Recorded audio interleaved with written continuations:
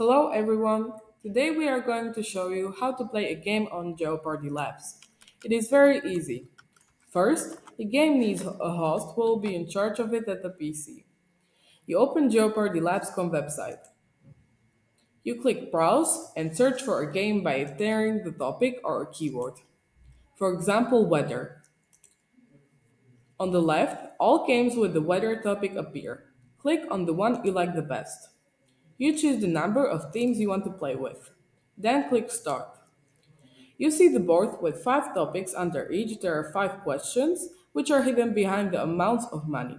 You can win or lose. On the bottom of the board, there are all three teams, and the host will add or subtract the amount of money on each question. If the team answers correctly, the money is added. If they answer incorrectly, the money is subtracted. The game starts. The first question is picked by the host. They reveal the question, and the team who knows the answer raises their hand. If they answer correctly, the sum of money is added. If not, it is subtracted. The correct answer is revealed by clicking spacebar key on the keyboard. To continue in the game, click Escape on your keyboard and then playing board appears again.